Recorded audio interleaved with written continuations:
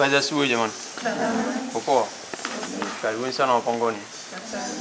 Basi itakuwa pamoja, inatoka mwenyeji wenu ukiongozwa na kutembelea mapango yetu. Karibuni sana. Asante.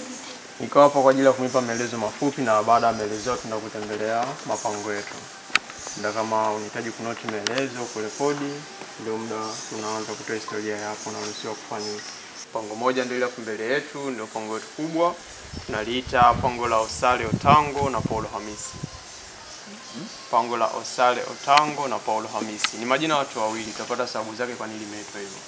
Na watu hawa walikutana katika kiwanda cha Amboni Limited, wanaohusika na mambo ya mkonge na walikuwa wanafanya kazi pale kama manamba.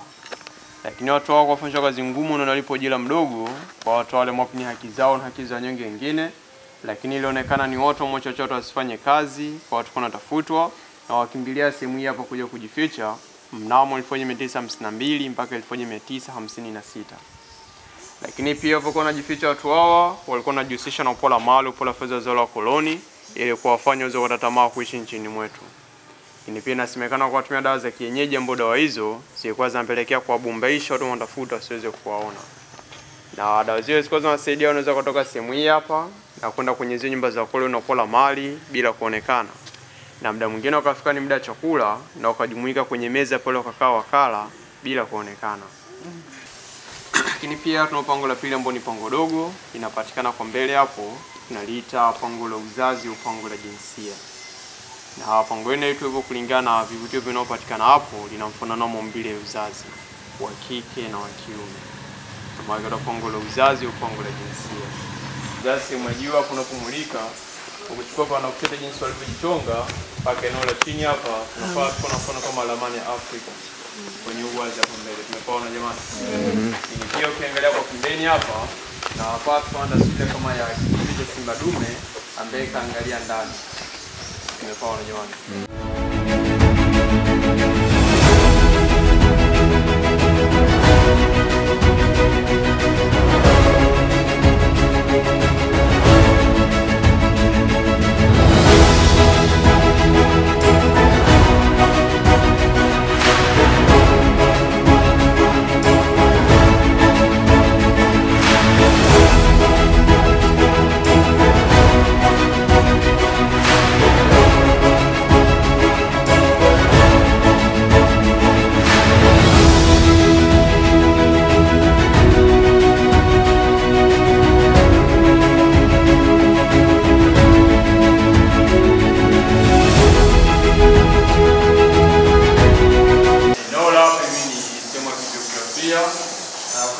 Na hapo tunaona mwanga mwongezeko kubwa kutokea sehemu ya juu na kushuka chini ambao kijiografia mmoja tunaoita stalactite au dripstone.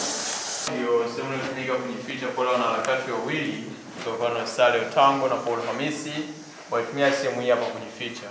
Na kwa ndani pale kuna taswira kama nyumba ya msonge imejitengeneza ndani pale. Bila shaka tunajua nyumba ya msonge jinsi ilivyo. Unajua?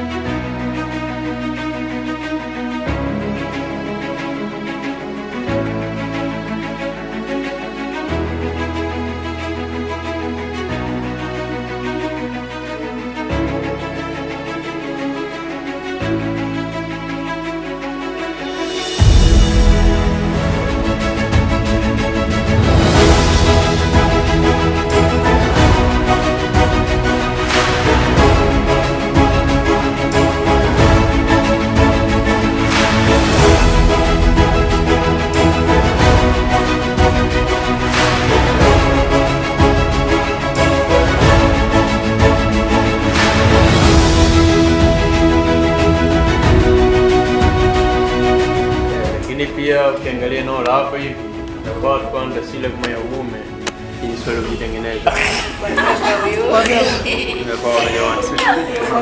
Kama alama ya mshale. Tunatumia mzizi kama alama kutokea huko ndani. Kwa kama unapoelekeza njia yetu kutokea hii hapa, basi karibu na sisi tunaweza tukatoka.